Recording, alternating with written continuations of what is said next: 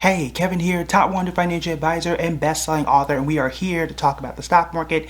Today, I want to give you my top 5 stocks for 2021 for growth. Now, these are companies that tend to get out the gate pretty quickly. I think it was a top 5 or top 6 stocks for beginning investors as a whole. Now, in that video, and you can go back and watch it, I'll make sure I link it here as well. That's just to set and forget. Disney was on there. I think we might have had Apple. I think we had Microsoft on there as well. So some of these you will see again. But those are companies like I have for my kids. I don't need to touch those. I'm not worried about those at all. These are companies that are more, I would say, in a better position to grow right now. So you can start to see growth a bit quicker. For people who are new, sometimes you just like to make sure that you are getting out the gate. Now, that's not a guarantee.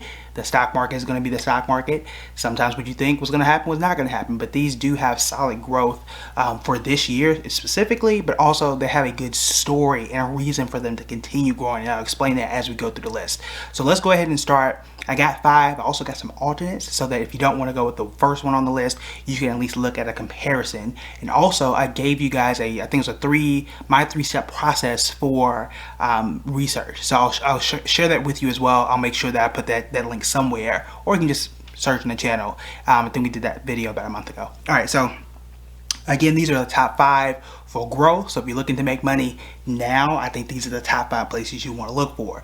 You want more long-term stuff where you don't have to worry about it, go back and check that video. All right, so the first one, NVIDIA. NVIDIA is a semiconductor. They are the ones that help us to run our phones, our tablets, which is what I'm looking at. Perhaps cameras, I know for a fact video games, and a whole bunch of other stuff, cars as well. I mean, this is par for the course for NVIDIA. For example, year to date from January to now, I'm looking at the chart now, NVIDIA is up 69%. 69% for the entire year in 2021. Comparatively, the overall stock market is up like 19%. So 19, if I just stuck in an index fund, which is fine to do, but I could have got 69% if I started investing in NVIDIA at the beginning of the year. NVIDIA is one of my daughter's biggest holdings. I think my wife just started investing in NVIDIA not too long ago. I really wish I had got it years ago. I had been hearing about it and just never really pulled the trigger. But thankfully, the women in the family have. And that is a stock that I think if you're looking to get some gains right now, and for the long term too, I think NVIDIA is one you want to have an eye on. Now, if you don't want to get NVIDIA, or you want to be fancy and try to do something different, zig when others are zagging, you can also look at a competitor, AMD.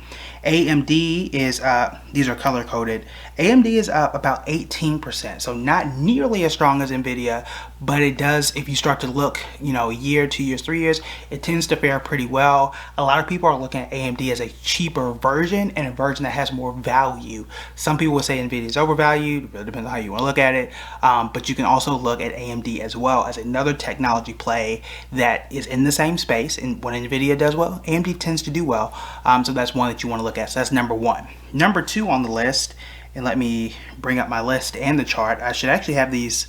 I don't want to do it side by side. It's going to make it too confusing for me. Now, number 2 is you want to have some financials. Now, I have been on record talking about financials most of the year. If you ain't, I don't know where you've been. Okay, so I've been talking about financials since, I would say, maybe February, March-ish, as we started to get more of the vaccine and started to see where things were going. And I think financials is going to be a very, very strong play from March of this year and probably for the next year, year and a half. The reason is as we start to reopen, as businesses start to reopen, people are going to need that money or have to take out those loans. Loans are low in terms of interest rates to really kind of build back to where they want to be. The losses that you saw last year because of rampant unemployment, those are going to come down and help the profitability for banks. So there are several in this space. You've got your local banks, you've got your larger banks. Now, I personally invested in Capital One, but I think Morgan Stanley works here. That's an alternate or variant if you're into Marvel Comics, as well as Goldman Sachs. Now, those are my 3 top, I would say my 3 favorites. Personally, I'm not going to invest in them all because that's a little more risky than what I would need. I don't need a good chunk of my portfolio, the entire thing, in financials. So I just picked the one that I was most familiar with. I did work at Capital One at one point in my life. So that's, full disclosure, that's the one I went with. So let's look at the chart for this one. We've got Capital One.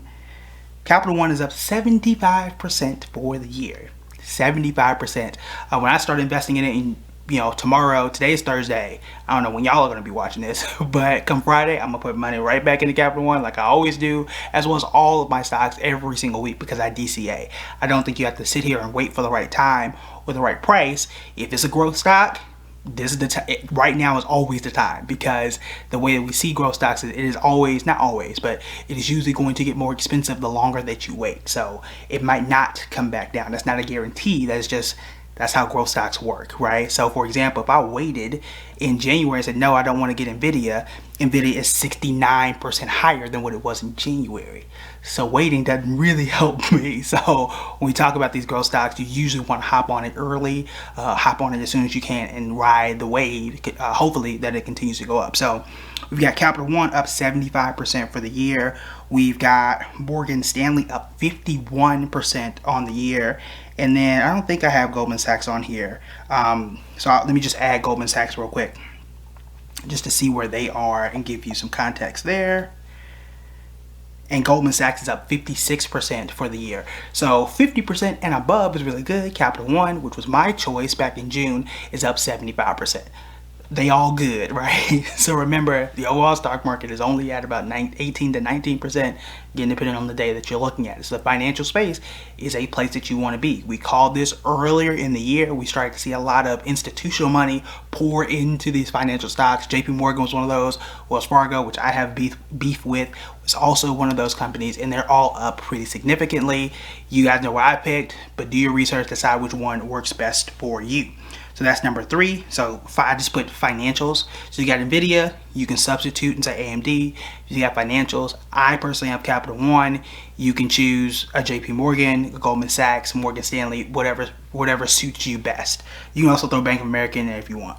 Now the next one on the list I've been talking about for a while. In fact, I am on record, on email. I had a 2021 investing yearbook that I talked about this, is Google. I've been telling y'all about Google for a while, and I've held it for a while, but I said that this was going to be the breakout stock for this year. The reason was, number one, they were positive last year, and we know that Google makes the majority of their money on advertising. Well, when businesses were closed, guess who wasn't advertising?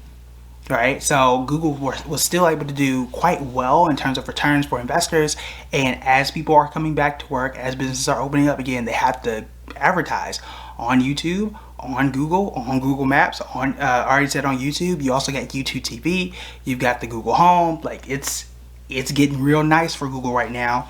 And this year, pull this up. I probably should have had this probably like eye level, so I have to look down every time, but I like to have my stuff where it is.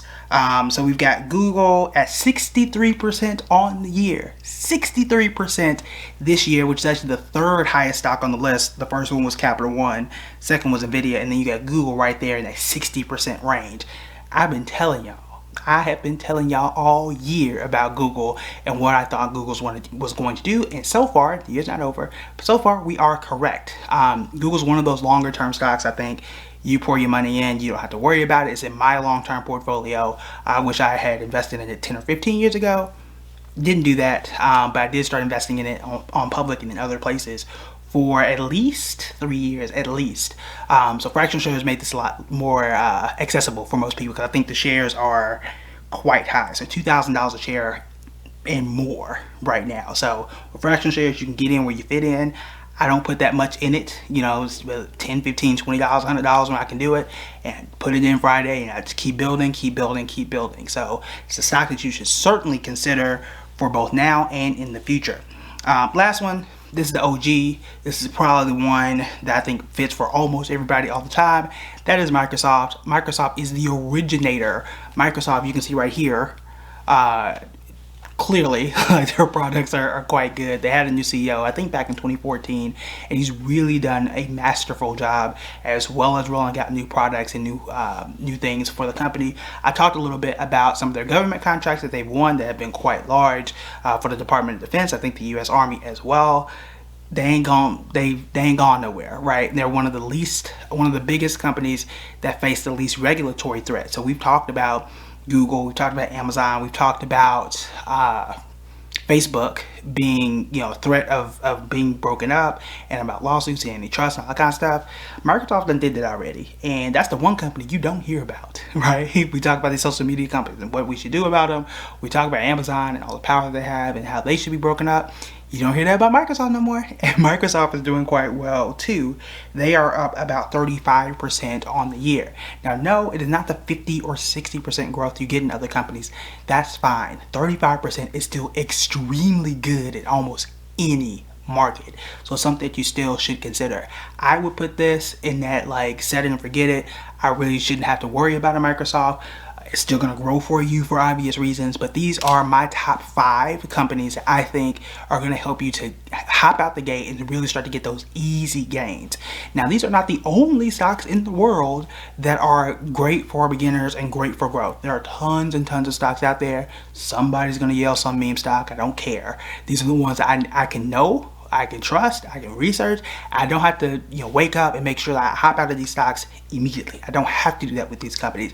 I can let these ride until the end of the year. I can let these ride until next year and have a good sense of confidence that I'm going to be okay and that I'm going to be better off by investing in these companies. These companies are, again, these are some that I invest for my kids, which you know are near and dear to my heart. And I don't have time. I don't check their accounts every day. I don't have time for that. Okay, they're kids. They're gonna be all right. But I put companies like Nvidia in my daughter's portfolio. She's gonna be fine. I know she's gonna be fine. I mean, look at this, 69% in the past year alone, and she's only a year old. So she's at least sitting on 69% growth in a year, her whole life.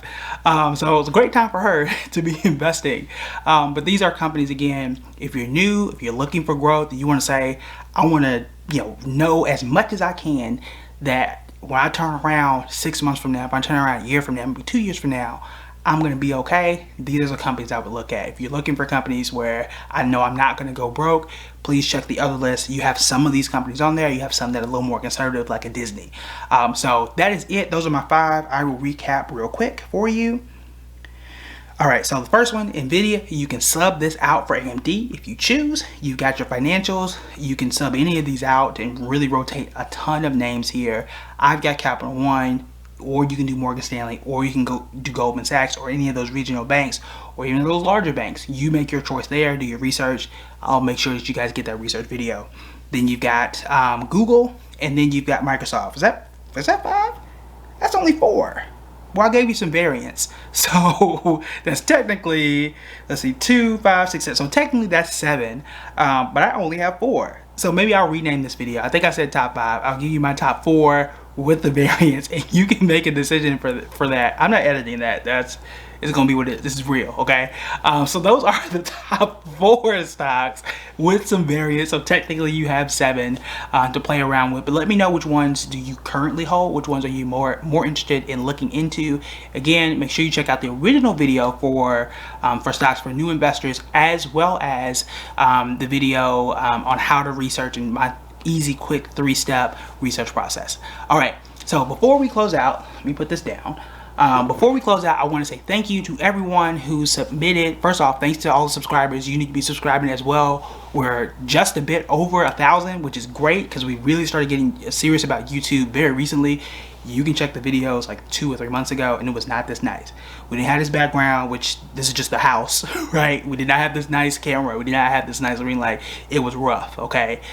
So because of y'all said y'all want me to take YouTube more seriously, and here we are. So that's number 1. Number 2, I asked on public and on email for you guys to nominate me for the Plutus Awards. That's the Oscar for Personal Finance. We were nominated for 4 awards. 4 of them things.